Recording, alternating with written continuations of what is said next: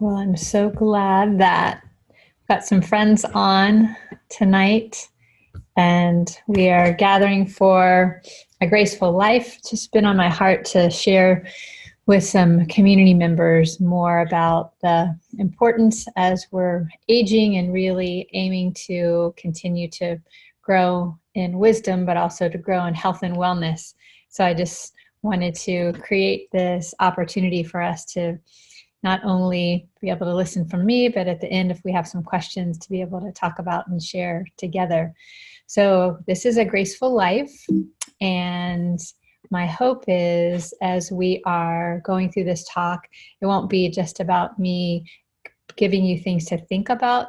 My heart is that there'll be considerations that you'll make for change as well in your life. And so as we're starting, I just really would like you to think about what are your own goals and priorities for your life. And obviously we know when we have those priorities set, that does really inform choices and decisions that we make. And so often many of us are trying to balance out everything, and we know our lives are full and we're trying to aim for optimal wellness, but that doesn't always take the priority when we're trying to balance everything. I really appreciate this understanding in answering the question, just are we growing in grace? For this very reason, make every effort to add to your faith goodness, and to goodness knowledge, and to knowledge self-control, and to self-control perseverance, and to perseverance godliness, and to godliness mutual affection, and to mutual affection love. For if you possess these qualities in increasing measure, they will keep you from being ineffective and unproductive in your knowledge of God. And I come from a practice where my faith is really important as I'm looking at holistic wellness. And as I'm wanting to share more about this perspective, I really think it's important to look at the pillars of health. And as we do so, we see that there is different types of health. And I'm really touching on the foundational health of soul, our mind, will, and emotions, moving our bodies, resting, hydration, and nutrition. There's other aspects of looking at health that really delve into relational health or financial health. But I'm predominantly really looking at these areas today. And as it said in the flyer, looking at hope and happiness and health. And I believe that all of them tie into our soul care, especially our hope and happiness. And the soul I've defined as nourishing our mind, our will, and our emotions. And we know we have an incredible brain that's been given to us and as we've been created and designed that really allows us to process through a lot of information, and that affects the way we think cognitively, but it also really affects us as we have the ability to set our will in emotion and our emotions in action. And so looking at hope, I really think it's important to address this concept of understanding that we can have faith, we can have love, and we have hope.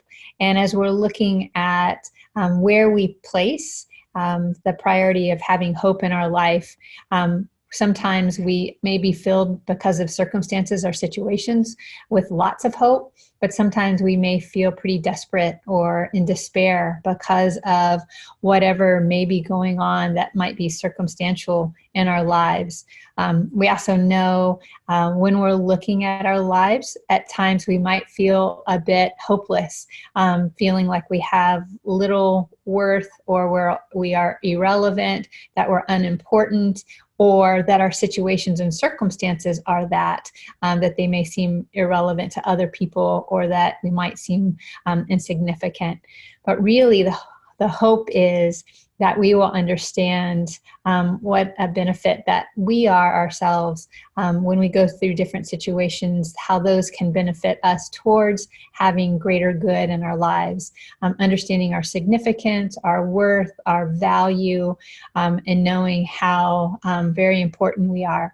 And so these aren't necessarily masks that we put on and take off, but sometimes it's hard to not have things go through a particular identity, in particular if we're looking at how we've been raised or conditioned. And so I do believe there are ways to transform our perspective that will give us hope. This looks at this understanding of just kind of disjointedness when we're looking at hope. And this looks at prosperity and having respect, dignity, freedom, responsibility, having peace, faith, justice. All of those things can be things that we hope for. And the desire would be that they would come together and that those would collectively work together in our lives, and that we'd be able to focus on particular areas that really drive us towards understanding that there really is greater good and there really is reason to have hope. This passage looks at from Hebrews 11. Now, faith is confidence in what we hope for and assurance about what we do not see. And so a part of the challenge of having hope in our lives is that it tends to cause us to engage with faith. And often we know when we have faith, that is often depending on things that are out of our control. And so to have a really balanced perspective and to be able to have encouragement and confidence, often I believe it's really good to look at some of the past occurrences in our lives and to remember how we've been able to persevere through those. And so we aren't left in despair, or we aren't left just having to carry these burdens and persistent worry and the negativity that might weigh us down. So my encouragement is for us to never lose hope. And the reason I say that is because I really believe that hope does endure always in our lives, that hope can win, hope can rule, hope can trump anything else that goes on in and around our lives. This slide shows some youth and holding up that understanding from their perspective, but it also can be turned around when we're looking at just the upcoming future and the future generations, that we want to have the most hope in life for them as possible. Here's some passages that help us to remember about the purpose and reasons and just the value of having hope in our lives. This is from Romans. May God, the God of hope, fill you with all joy and peace as you trust in him, so that you may overflow with hope by the power of the Holy Spirit.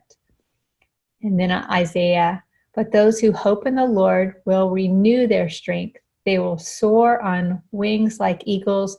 They will run and not grow weary. They will walk and not grow faint. And then also another verse in Romans. But if we hope for what we do not yet have, that we wait patiently. And so just my encouragement, again, is trusting that we really can put our diligent thought and perspective and our faith, believing that God will continue to work things together in our lives, and to be able to remember that God is for us, and that when we have such a mighty force on our side, then we really are able to endure and continue to have hope. When we're looking at happiness, I really do believe that sometimes, again, our situations and circumstances may occur that we may tend to feel happy about a particular situation, but we also can understand that our joy is not robbed by things that go on in our lives, that we really can have that understanding that we can be able to have joy, and that can be our strength, and that it's not circumstantial. And so as we're looking at this understanding of happiness, personal happiness, how we value happiness, we'd really like us to look at just measuring it. how do we measure happiness in our lives? And often, again, it might be situational that causes us to think, well, I can be happy if I have a matter of like my body feels good and it's strong and I'm in shape. So I have a strong heart or strong attitude or strong perspective that might determine how happy I am. Strong. So this woman here is a mom, and it says in the scripture from 2 Corinthians says, my grace is sufficient for you, for my power is made perfect in weakness. And I know for some of us that that's an interesting concept to really understand that in our weakness, really God can be strong. But that for me is quite a truth when I understand that sometimes I don't have it all together, which can actually be more times than not. But I have a God in my life that is very strong and diligent and faithful, and that is what continues to hold me together and picks up the pieces when it feels like things are crumbling around me. Do we have our happiness based on what people say? The top part of this diagram shows that we may hear from people that we are helpless, again, that we might be powerless, that we're weak, or we may feel, as we mentioned before, insignificant, worthless, inferior to others, or we might feel as if we are left out or excluded, that we're alone.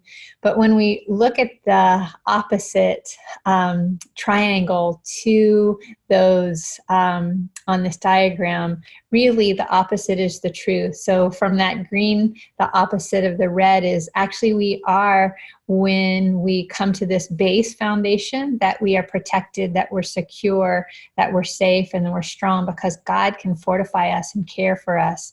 That we understand that we are worthy and that we are valuable, that we're significant, that outweighs that understanding that we can have in our head at times that we are insignificant and don't matter.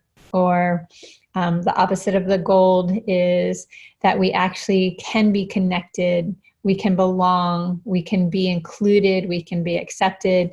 And I believe that that not only comes from an understanding of having a strong relationship with God, but in those relationships, individual relationships that people have with God, and that's more of the root of where they find their happiness, then those connections can authentically happen with one another. And so we want those relationships that are going to lead us to that bottom base perspective.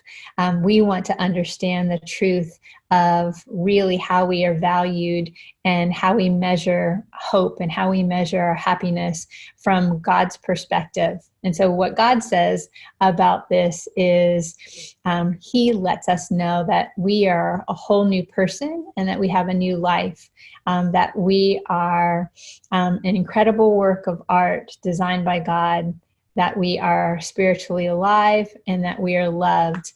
And that can help us really to determine our worth and our value. That can help us determine really looking at our hope and the foundation of that hope for us, and in happiness as well, to bring more of a solid base and a stability to that perspective of how, again, we're not looking circumstantial.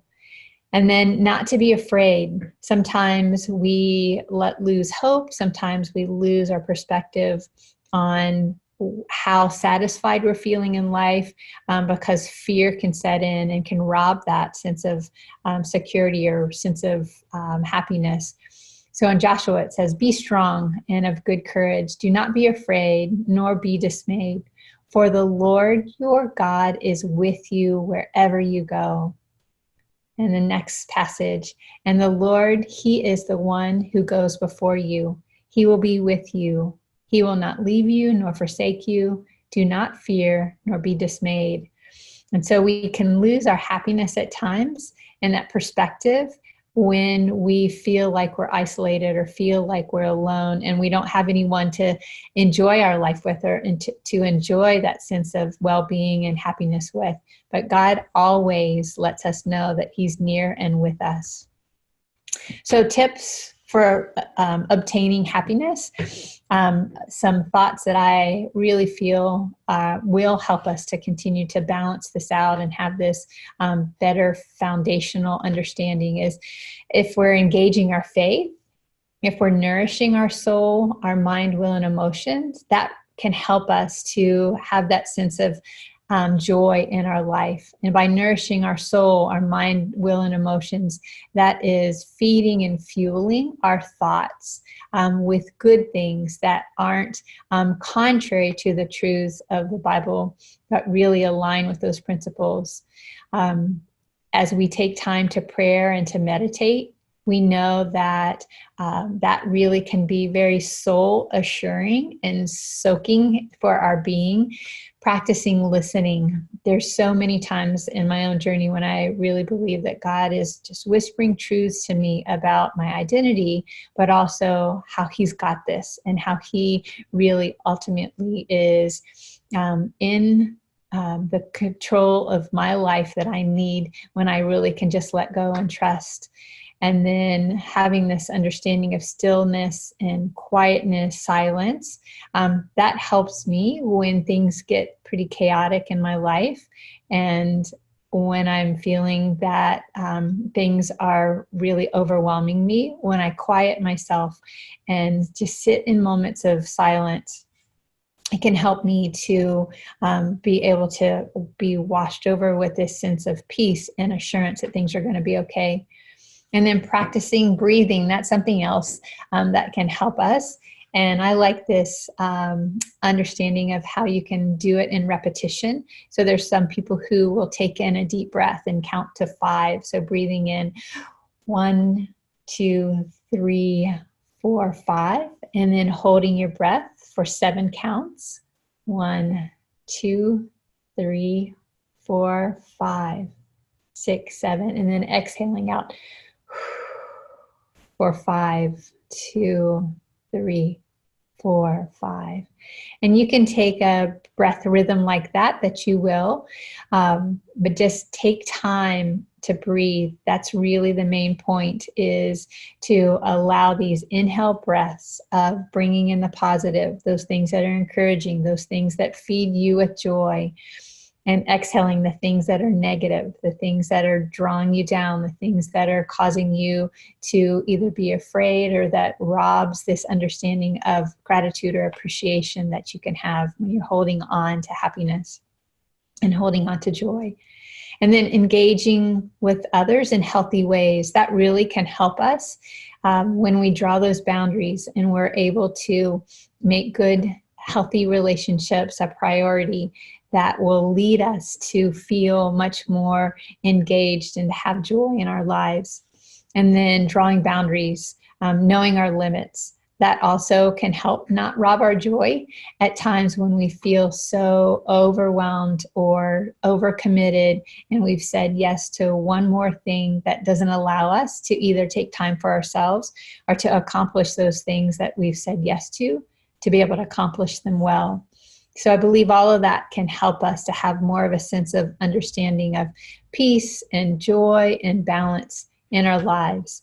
We know our lives are really busy. Most everybody can admit that things are very fast-paced in their life. So when you take time to not travel down Stress Street, but to move down Relax Avenue and really take time to quiet yourselves, that can help you to decompress. We also know that there's a lot of challenges that go on in our mind, get taxed, and we have mental, emotional imbalance at times. And it's really a priority that we need to make, that we are having mental cognitive health. And sometimes even this one image here where it shows all these music notes. For me, it can very much help when I take time just to listen to music. That really is very calming and soothing for me. And so this just is a fun image that just shows a lot of happy, smiley faces. But what the point is showing that all of these words are a multitude of words that are sharing with us about how to see the world around us, to be attentive, to trust, to accept how things are, to hold on to truth, to know that we have the ability to regard ourselves, to regard God, to regard others, not be so in forward motion that we're losing sight of really living in the moment and making the most of the joy that we have and the opportunities as they arise in each moment. This is a really, I believe, beautiful image, just showing the same person who is able to just take moments. And so that might be that you get an opportunity to be out of doors. That for me is one of the times when I feel most in this place of serenity and this place of calmness, when I am outdoors in God's creation. It's just very soul soothing for me. And so I'd encourage you to take some time, if that's going on a walk or sitting quietly, and taking time to relax and meditate. God satisfies, for he satisfies the thirsty soul, and the hungry soul he has filled with what is good. So this is something that I'd be happy to send to you. You can message me on Facebook if you'd like, or you can email me, and I'll show my email at the end. Basically, I have this devotion that I've created, and it walks through using dance as an acronym. The D is dedicate. So when I go through this every day, I dedicate this first amount of my time, if it's in the morning when I wake up, or if it's on my walk, sometime diligently in the earlier part of my day. I just dedicate and say, this is the 10 minutes I'm setting aside for you. This is the 30 minutes I'm setting aside for you, God. But it's this intentionality that I'm going to clear my mind from other things and really dedicate and focus myself to just warn off any kind of distraction. And then I acknowledge who God is. And for me, often that's just going through a list of characteristics. God, you're amazing. You're awesome. You're incredible. You are huge. You're vast. You're sovereign. You're kind. You're gracious. I just go through all of these attributes that flood my mind. And that helps me to understand that God is so much bigger than me. And that helps me to have a better perspective of why I can lean on, why I can depend on this incredible God. And then the N is neglect. And I just make a confession. Here's ways that I've fallen short. Here's ways that I have not met your standard, what I believe you're trying to hold me to, God. Here's ways that I have neglected to be all that I know that you've called me to be. And that really helps me to just confess and recognize that God wants to meet me in those places, to continue to make me strong in my shortcomings, to continue to forgive me when I fall short. And that helps me to have a clean slate to be able to start again. And then the C is to call out to God. And so that's really just petitions and requests, asking God to meet a need that I might have, or sometimes it's to intercede for friends, or sometimes it's specifically to help with finances, or to do those things that I know that I am absolutely not able to do and accomplish on my own, and need his help to meet whatever that particular request may be. And then E is exhibit, that it culminates for me in this desire to have God exhibit his love and his graciousness, those attributes of who he is, to exhibit through me his plan for the day, or his way of reaching out and being a tangible touch to somebody else, or just to exhibit in me his great love for me, his great patience and goodness, and all those ways that I know I need to have God's love exhibited to me, and also how I want God's love to be exhibited through me. So again, I'd be happy to send the link to you with really the various scriptures that align with each one of those letters in this devotion through the acronym. So as we're looking at health, I know that sometimes we're looking at, what's the key to health? What's the main points? What are the things that I just need to do to unlock the door to get me through to the other side so I can arrive? This verse from Deuteronomy says, "You shall love God with all of your heart, with all of your soul and with all of your might. And as we're looking at this understanding of offering ourselves, I really believe that to be able to achieve the greatness, to be able to achieve all that my heart and soul and mind and strength, every part of me wants to obtain in this life, I have to give it all. I have to not hold on to anything, but to give everything that I am to God. And then I'll really be able to more fully live this life that He has for me in the plans and the calling that He's got for my life.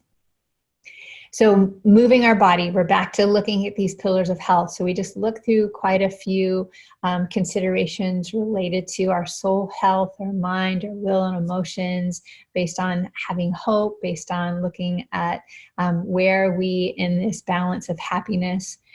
Another thing that we can look at in our pillar of health is moving our body. And it's so incredibly important, not just to move our spirit or move our soul, but I do believe that everything's very interwoven and interacts with one another. And so when we are looking at moving our body, basically we are looking at this way of physically having our bodies move in a way that is just engaging. And I've got an image here that might make you smile. Sometimes we like go at it full force, right? We are just ready to dive in. We got the tracksuit on, we got the I can do this face, and we are just all full on. And that might be the way that we actually want to go after our physical activity. But as we're looking at it, potentially, we don't have to just do the thing that might seem insurmountable at first. It's really important to take our own pace and to understand that we can achieve some physical wellness, and we don't have to go at these huge leaps and bounds, really starting off with some kind of physical activity that's manageable, that we're moving our body, we're stretching our body, and sometimes it might feel like we're getting a really slow start. However, it is important that we're understanding moving our body might be specific to each individual. It's really good to about 5 to 6 times a week to allow your body to get your heart rate raised. And that might be through walking or running or swimming, playing tennis, biking, stationary biking. There's a lot of physical activities that we can do. And I actually at the end will share with you some links that I could send to some in-home exercise programs. Your emotional health really can be affected by your physical activity. The physical activity can really be affected by your emotional health. These things are all woven, and I'll share at the end when I'm talking about nutrition as well, how that also can be a way of affecting this part of ourselves in a holistic manner. Okay, another pillar of health is resting.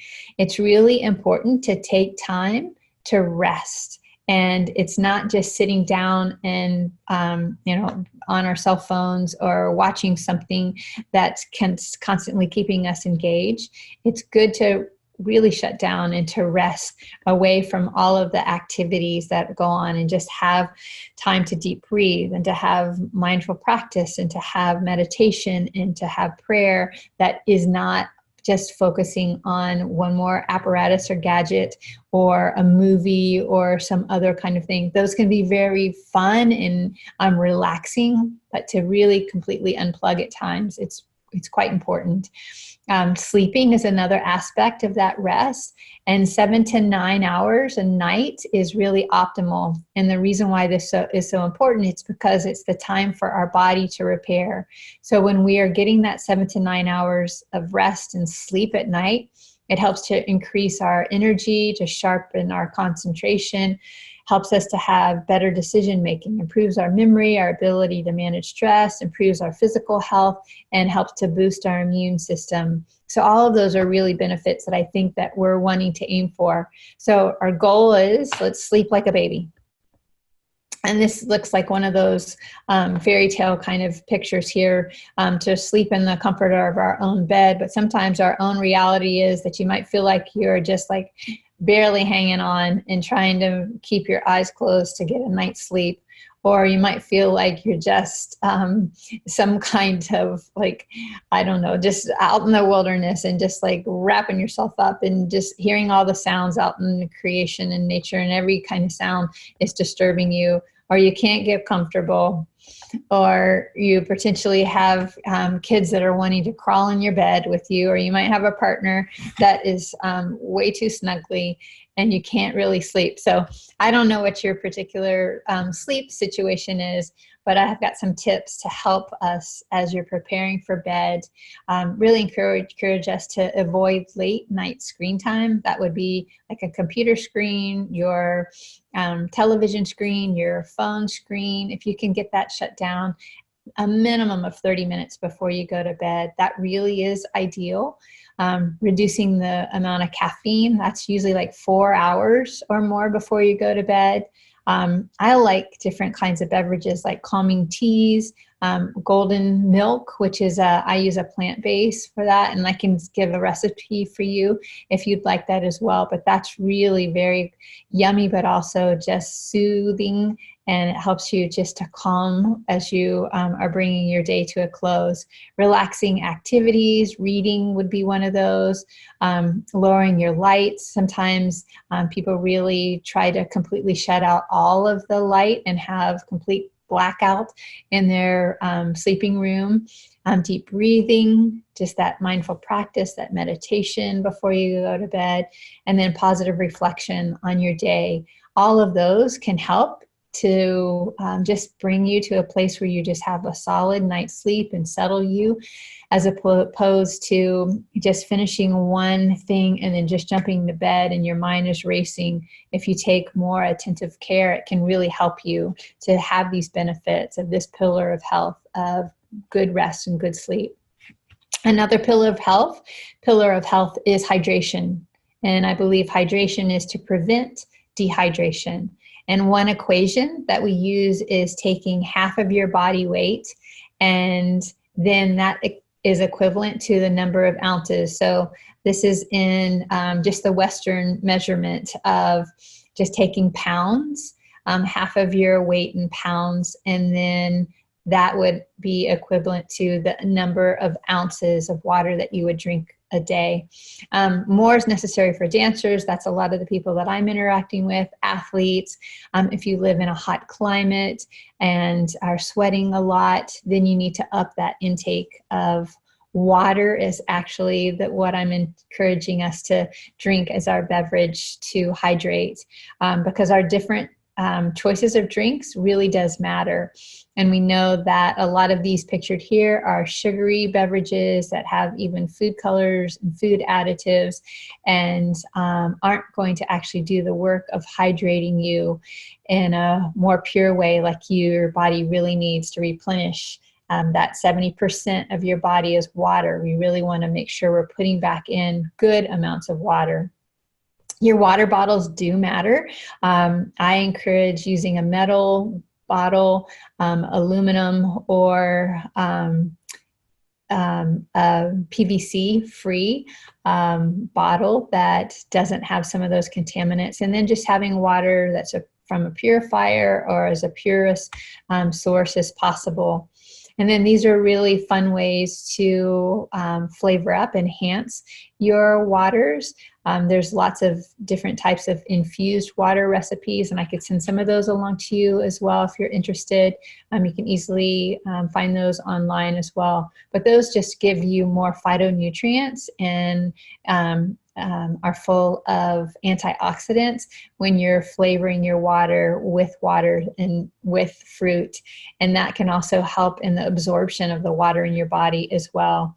Another drink that you could make would be different types of herbal teas as well.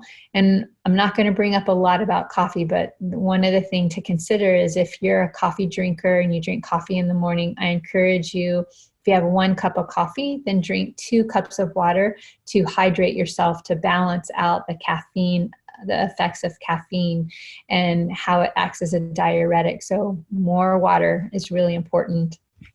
And then as we're hydrating ourselves, it's really important to look at our pH balance. And so basically what this is showing is that we want to make sure that our body is staying slightly on the alkaline side and not acidic side. So we want our body to be just right over 7%. At the 7-point range is the pH neutral. The foods that are more acidic forming in our bodies, those are going to be our processed foods, different kind of carbonations, different types of refined sugars and pastries and things that are coming more in that processed realm. And the foods that are going to be more alkaline forming in our bodies, those are our fruits and our vegetables, those different types of plant foods that are really going to bump up the alkalinity. And we want our body to be predominantly alkaline, because when it is, we can't, that's not a place where our, just the fungus or illness or sickness really thrives. We want to make sure that we're getting as much of those plant foods and lowering the acidic levels, because in acidic levels in a pH balance is where there's different types of just fungus and illness and different things that are causing sickness in our bodies. All right, so basically why good nutrition, we want to see that our body is getting lots of phytonutrients. So that's plant foods. And the benefit of getting so many plant foods in our body is it increases productivity, it helps our bone and muscle strength, it improves our energy, it gives us healthy hearts, enhances our mood, helps to regulate our weight, and helps us to live longer and to perform better. And that's the balance of good and good nutrition in our body. And that nutrition is really coming from a plant source that's filled with all those phytonutrients. And so basically I just advocate for, let's eat real food. Let's make sure that we're getting as many whole foods in our body as possible. And when we can start that is in breakfast time. We can build brighter brains, promote better behavior, helps us control our weight. The first thing in the morning, if we have breakfast to start our metabolism. I love a smoothie for breakfast. I do it every single morning, just pack in lots of plant foods. I have a plant-based protein mix that I'll share with you. And then I also have a nut milk that I use. And often I'm putting in 6 or 8 or sometimes even more other plants in to give wonderful flavors, but also to start my day with a real cellular protection of all these good nutrients. Breakfast choices, there's lots of recipes now for overnight oats, loaded toast with avocado or nut butters, whole grain muffins. The reason why whole grains are so important is basically we want to make sure that you're getting the natural grain. Once it becomes whole wheat, it's just a step away from that grain. Then if it goes to white, it's another step away. And often our white flours have been bleached and really highly processed. So whole grain is the best. Different types of scrambles. I love actually a tofu scramble that's made with curry, and you can put in some vegetables in, and it's really, really yummy. And then homemade granolas. And you can do those even with really low sugar, and plant-based yogurt is great. And our snack list, we love to make sure, again, we're saturating our body with more of those phytonutrients, getting those plant foods in our bodies, hummus and veggies, different types of nuts, nut butters or fruit, and whole grain crackers, protein clusters, homemade trail mix. Reason I advocate for these homemade items is when you are able to buy your nuts, you can buy raw nuts, you can buy really low sugared or just fruit juice sweetened dehydrated fruit, and that can make really great homemade trail mix without all the extra processed sugars that are often in our dehydrated fruit or the oils and fats and salts that are in our nuts. Some really fun things that I enjoy doing and encourage others doing are just nutritious meals on the go. Often our lives, again, are really busy. So there are some bowls, salad in a jar. I can send recipes for those if you're interested. And there's a way to create these salad in a jars that have your liquid ingredients down on the bottom and your dry ingredients on the top. So these salads will last for quite a few days. Grains and veggie bowls. I really enjoy roasting vegetables, spending prep time for a couple of hours of cutting up lots of raw vegetables to have, but also different types of roasting of trays of veggies that I'll have then ready for whole grain roll-ups or to have in salads. I also keep veggie broth on hand to keep the ability to make a quick soup. So there's a lot of real quick, easy tips. Salads are always really wonderful and great and a wonderful way to get extra plants in your diet. High energy food choices include your grains, beans, and nuts. So superfoods, those restore the glycogen and energy storage in your body. And we really want that, our energy levels to be high and to be maintained. We don't want to have foods that we're putting in our body that's going to give us those sugar rise and then that quick crash. We want it to be maintained and sustained. Foods for strong bones and muscles, calcium-rich foods. And often when we think about calcium, we think about our animal products. I just really encourage that we are able to get a lot of calcium that exists naturally in our plant foods. And those can come from seeds and almonds, leafy greens, tofu. And often we're buying juice that's been fortified with calcium as well, is another way to acquire that high calcium content that we need for strong bones and health. I advocate for clean proteins. Proteins are really easily accessible in our plant foods, and those plant foods, they do provide energy that we need. Again, we want that sustainable energy. So when we're looking at the recommendations for fruits and vegetables, it's 9 to 13 servings. And so my question to you is, how many servings of fruits and veggies do you get a day? And so a serving would be about a cup full of raw or about a half cup cooked. And I just measure it often as like a heaping handful as a good serving. And so to acquire that 9 to 13 servings a day, it really takes some time to eat and to chew to get those nutrients in your body that you need. But this is really to optimally maintain the nutrition and wellness on the cellular level. So saturating the body with plants really helps for your body to do the regenerative work that it's aiming to do all day as it's repairing. But in particular at night when you're at rest, that's when your body's in major repair mode. So fruits and veggies, they help to balance our immune system. And we know how important it is that our immune system stays high and boosted so we can make sure that we're having this balance to not be susceptible to all the different kinds of flus and colds and sicknesses and things that come along. So when our immune system is revved up, in balance, we know that we are able to have disease prevention on the cellular level. We're protected and we have cellular function. We have more independence. We have resiliency. We have better range of motion when our immune system is boosted. We have better strength and endurance and energy to enjoy life and can reach our peak performance. So a balanced immune system is our body's defense against and to fight infection and disease.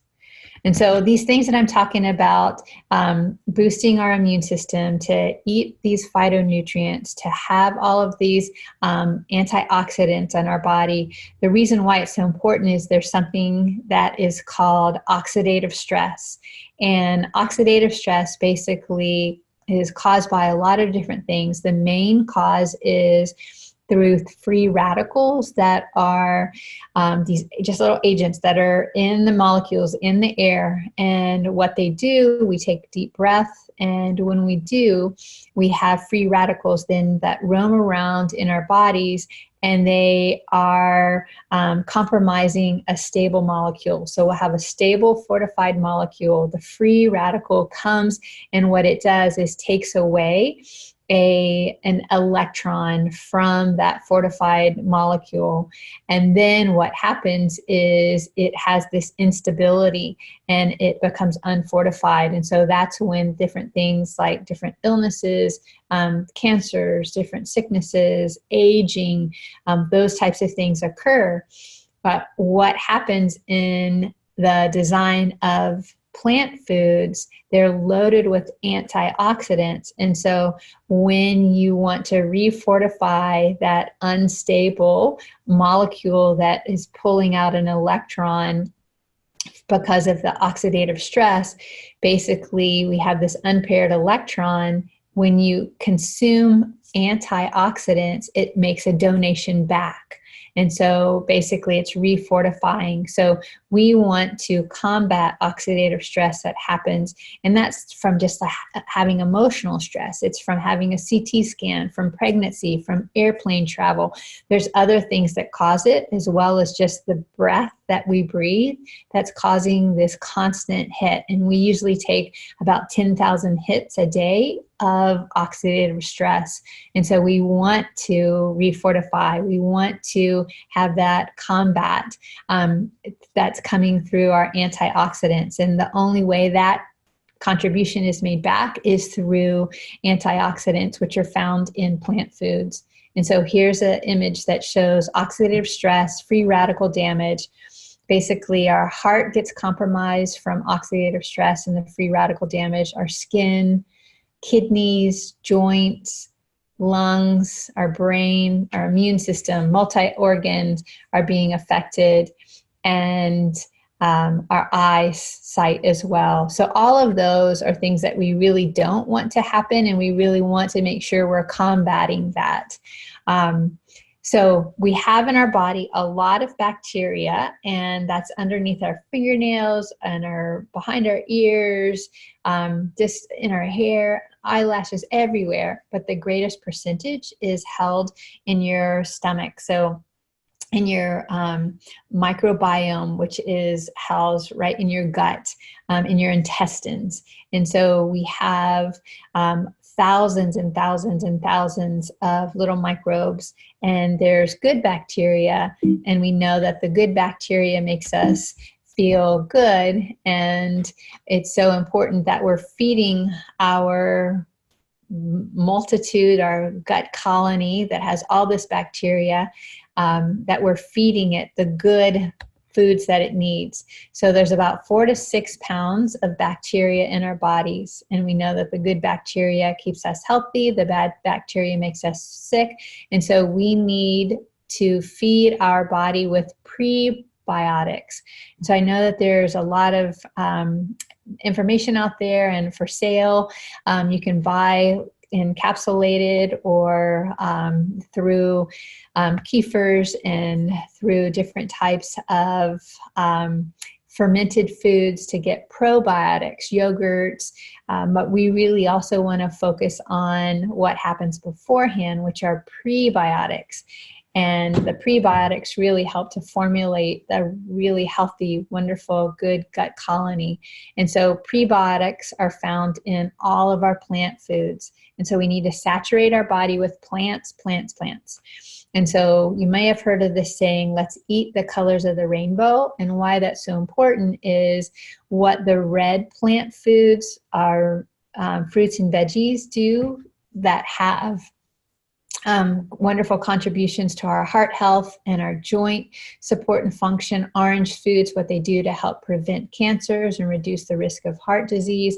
Yellow foods are great for our skin. Green foods are great for our bones and detoxing our body. Blue foods and purple foods with mineral absorptions, they help there. And white foods, they help support our immunity and our circulatory system. So that's why we need to have every single color, and we have to have it every day. And so it looks like this. Let's have an array of colors every single day. And you probably wish I meant this is what she means by having every color. But actually, it's the natural fruits and vegetables and nuts and seeds and grains. So we want food to be the thing that is our medicine, and to eat all of these colors every day. We know Hippocrates said, let food be thy medicine and medicine be thy food, and how important it is that in Genesis 1:28-29, where God said that the very first mention of any type of food to nourish us was, let every plant bearing seed be for your nourishment. And so it's really important that we're not getting our remedies coming from pharmaceuticals, things that have been processed that are coming out of a test tube, items that are antibiotics and other types of prescription medicines that are often, again, coming through a synthetic process. And there's multi-billion-dollar industry focusing on, let's try to get these medications in the bodies. And I'm not contrary to some of those really helping and saving lives. There's times when it's so necessary, but I believe that we are very dependent in the Western world to find remedies from something that's encapsulated, that is artificial, when we can actually get our nutrients that we need from whole food. And if there's any type of supplementation that you do, that it comes from a whole food source. And so this is what I do, and people ask about that often. What are you consuming? If you have any kind of additional food that you're eating besides whole food and all the plants and, nuts, seeds, grains, berries, everything that you're consuming. So I consume these 30 different fruits and veggies, plus another 6 that are coming through these omegas, and they're basically just whole food that's been vine ripe picked. And this is a drink mix that, as I mentioned, in my smoothies every morning, I have another 15 superfoods that are these ancient grains that are a way to get with an addition of a natural source that's low in fat and low in sugar. It's low glycemic, it's gluten-free, vegan, it's non-GMO. So it's plant protein as opposed to a whey protein. And it's a wonderful option for getting more nutrients in. And so with this, excuse me, combined with the omega oils that's coming from an all plant-based source of pomegranate, raspberry, sea buckthorn, tomato, algae, safflower. Basically, we are choosing this as an option for us in the family because it bypasses the fish, and now we're seeing that we're having some more complications with mercury, different types of contaminants in our fish supply, and so it can go rancid. So we're just trying to find, how can I boost up my omegas 3, 5, 6, 7, and 9? How can I get these nutrients that are vine ripe picked, or they're processed in a very low temperature with those plant powders? They take out the liquid at a very low process after the fruit or vegetable has been frozen. Then they extract out the liquid, and then you're left with the plant produce powders. And I appreciate it so much because all of these have been backed by research at major institutions around the world. And I really am looking at, why is it so important to make sure that things are backed in research? It's these double-blind studies that have been proven to do incredible things in people's bodies, improving our cardiovascular wellness, our immune system, gum, and reducing that oxidative stress. All these things that I've been encouraging us to make sure we're making sure that oxidative stress is fought, and that we have a boosted amount of nutrients coming into our body to help reduce the inflammation, to protect our DNA, to give us better, healthier skin.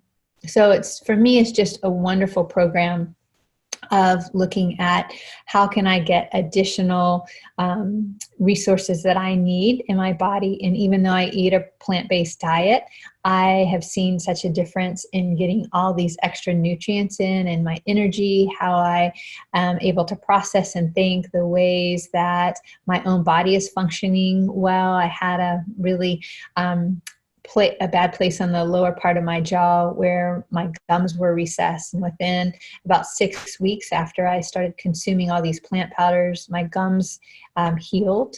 And in the spring, when I have allergies every year, I haven't had that the last 4 springs because I'm being repaired on the cellular level.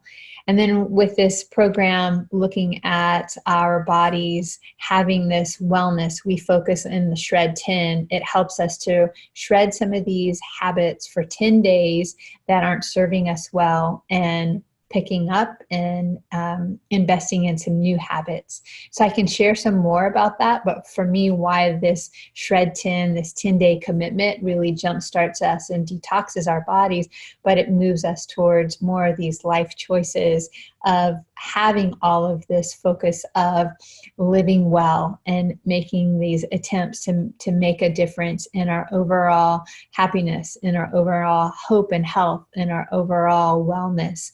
When we're able to include all of these things, this focus on the 10-day commitment to moving our bodies and hydrating, making sure that we have mindful practice, making sure that we're eating well and ridding ourselves of the processed food and other things that are contaminated that are maybe not serving us so well. So that's something else I would love to process through with you, because when it's coming from this holistic point of view and not just here, eat this one thing and you'll feel better. It's really coming from let's serve from a holistic perspective, engaging in all over wellness.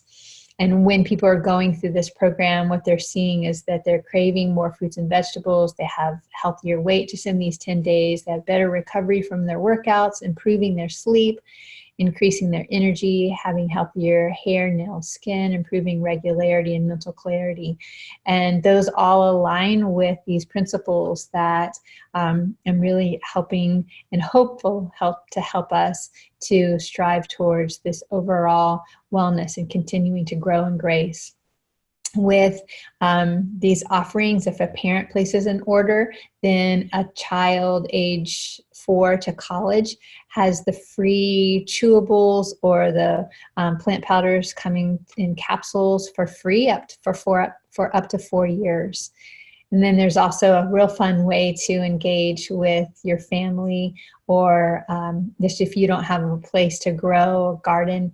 This is just a 30-inch space of just an aeroponic, so it's all just water-based with no soil, and a really fun way to grow lots of different fruits and veggies. And like I mentioned at the beginning, if you're interested, I'd be happy to send you some information on some free online cookbooks, our Healthy Living Revolution Live. There are a lot of different recorded talks that share information about topical health concerns. And we also have a free online fitness series and lots of information for kids to help boost kids' understanding of their personal wellness. And so for me, this is something I appreciate so much about having access to, because this information is proven scientifically. And for me, it also aligns with just these biblical principles and concepts of making sure that we are functioning well and being attentive to our whole being and our whole health. So in closing, I just pray that you will receive God's blessing as you're pursuing this graceful life. And I do pray that the Lord will bless you and keep you and make his face shine on you and be gracious to you. And the Lord turn his face towards you and give you peace. So thank you for joining. And I am so excited to hear from you and see ways that we can continue to serve you in the future. God bless you.